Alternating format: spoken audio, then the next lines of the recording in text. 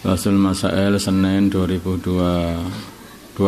Sya'ban 1442 Hijriah 5 April 2021 Masehi.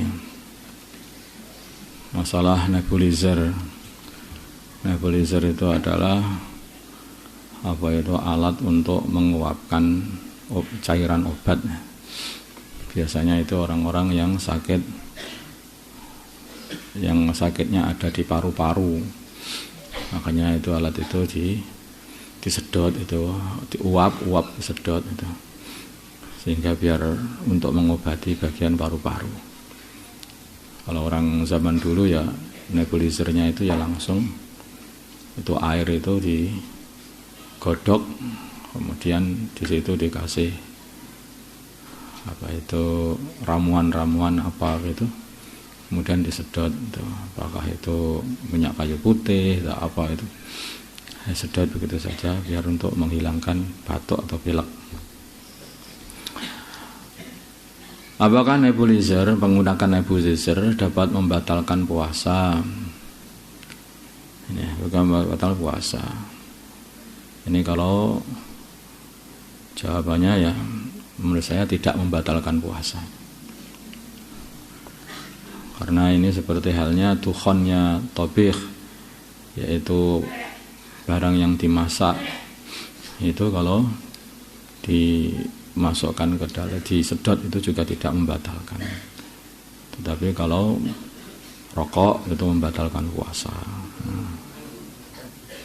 Itu saja yang kita pahami seperti itu.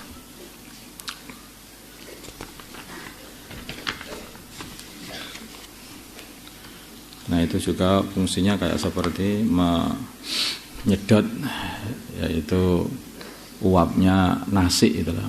Nasi itu disedot itu uapnya itu aja, untuk menghilangkan pilek dan batuk. Sekarang masalah minyak wangi campuran. Ada sebuah toko yang menjual minyak wangi, ada yang berupa bibit dan ada yang sudah campuran. Di antara campuran minyak wangi tersebut adalah dengan metanol. Metanol ya peranakannya alkohol semacam seperti Allah. Ketika yang dibeli ada minyak wangi dan alkohol itu bukan khamr, sehingga alkohol itu tidak najis. Ini sudah ada pembahasan mengenai alkohol itu, dan itu tidak diminum. Hanya kalau khamr itu mengandung alkohol, ada kandungan alkohol, tapi alkohol itu tidak najis. Ketika yang dibeli ada minyak wangi campuran, penjual tidak menyebutkan kadar minyak atau bibit dan kadar campurannya. Kadar minyaknya berapa, kadar bibit minyaknya seberapa, kadar campurannya berapa, terus bibit minyaknya berapa, tidak disebutkan seperti itu.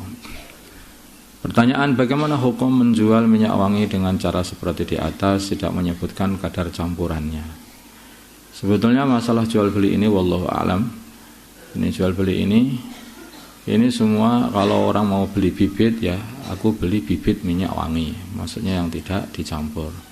Tapi kalau beli minyak wangi biasa itu sudah diketahui memang itu dicampuri, itu tidak dicampuri, masih dicampuri. Maka hal seperti ini dibolehkan saja, wallahu a'lam. Karena itu juga ada maksudnya dengan mencampur ini. Dan itu bukan berupa penipuan, juga tidak, untuk penipuan juga tidak. Seperti menyampuri susu dengan air yang bertujuan untuk menipu dengan harga susu yang tanpa campuran. Jelas itu telah ada satu perkara yang tidak benar di dalam jual belinya. Tapi kalau memang ini sudah minyak wangi itu ya, semua minyak wangi, tidak semuanya bibit, itu semuanya minyak wangi itu ya masih ada campurannya, kecuali kalau memang pesan yang bibit minyak wangi khusus ya itu beda lagi. Setahu kita begitu itu. Makanya kalau beli minyak wangi begitu saja mesti itu campuran. Mesti ada campuran. Ada campuran pengental, ada campuran seperti metanol, juga ada macam-macam campurannya itu. Yang tujuannya katanya juga membuat, di antara faedahnya campuran itu membuat lebih melekat dan lebih awet nanti baunya. Wallahu a'lam. Karena yang tahu itu tukang minyak wangi. Jadi ada gharad yang baik itu. Tujuan yang baik di situ. Fidyah dalam bentuk makanan masak. Bagaimana hukum membayar fidyah dalam bentuk makanan yang telah dimasak? Kemarin sudah bicarakan masalah fidyah. Tapi sekarang itu dibayarkan dalam keadaan makanan yang sudah dimasak. Itu tidak boleh atau belum mencukupi, belum sah.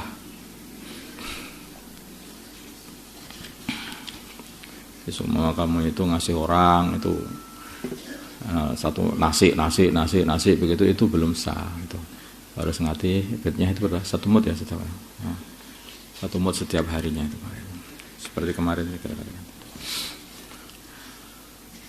Waktu sahur dalam mafhum sebuah hadis dikatakan sunnah mengakhirkan sahur. Pertanyaan, kapankah seorang dianggap mendapat fadilah tersebut dan kapan sahur yang paling afdol? Jawab, kalau ketika imsak ia sudah selesai sahur,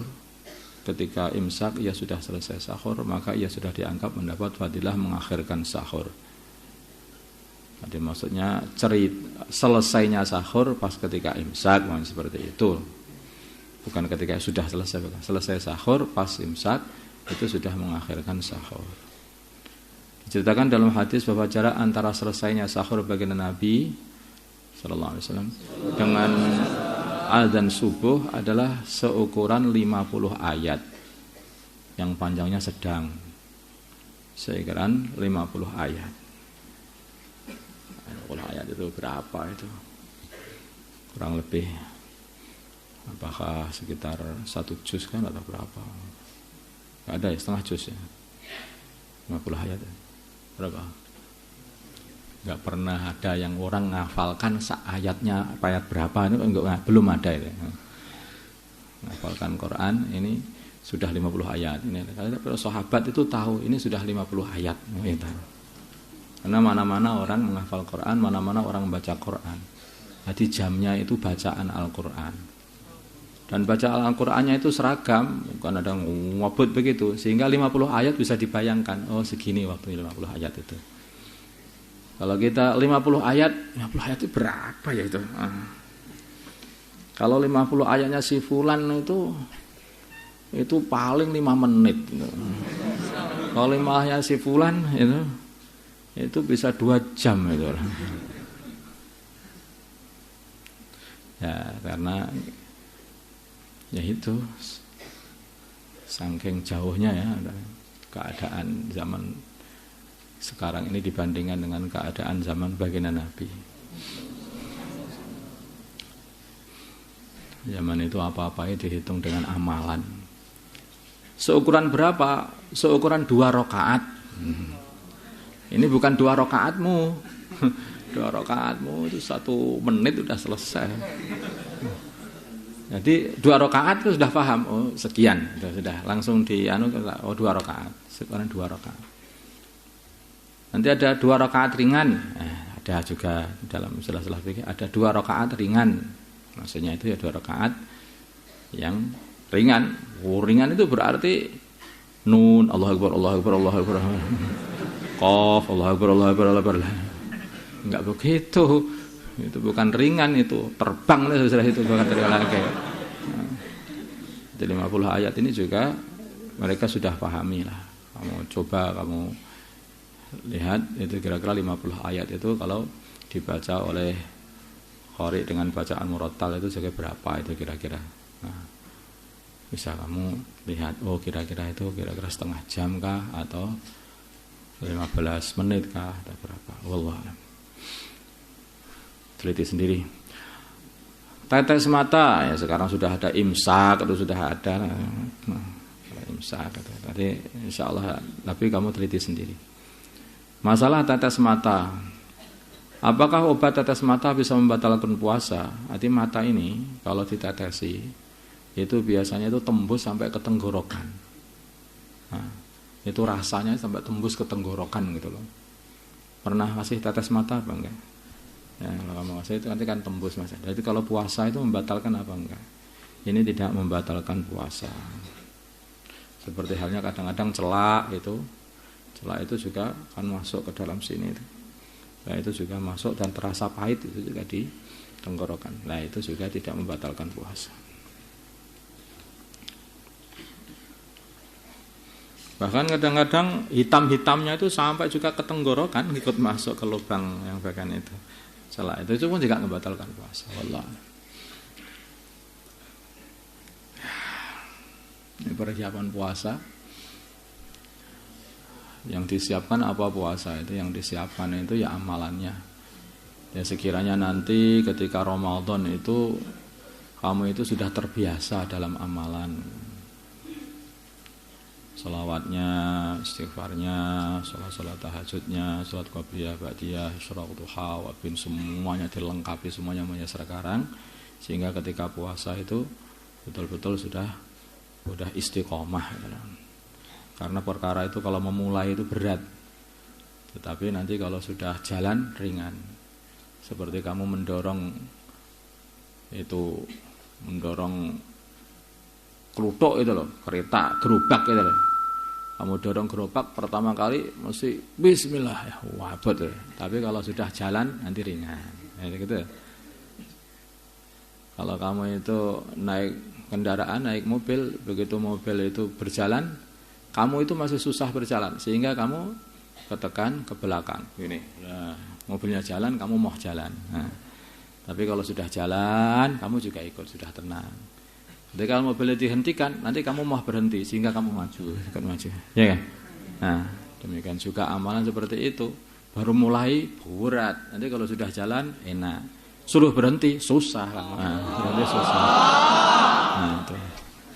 Makanya kalau sudah kadung mondok itu susah, sudah pulang itu susah.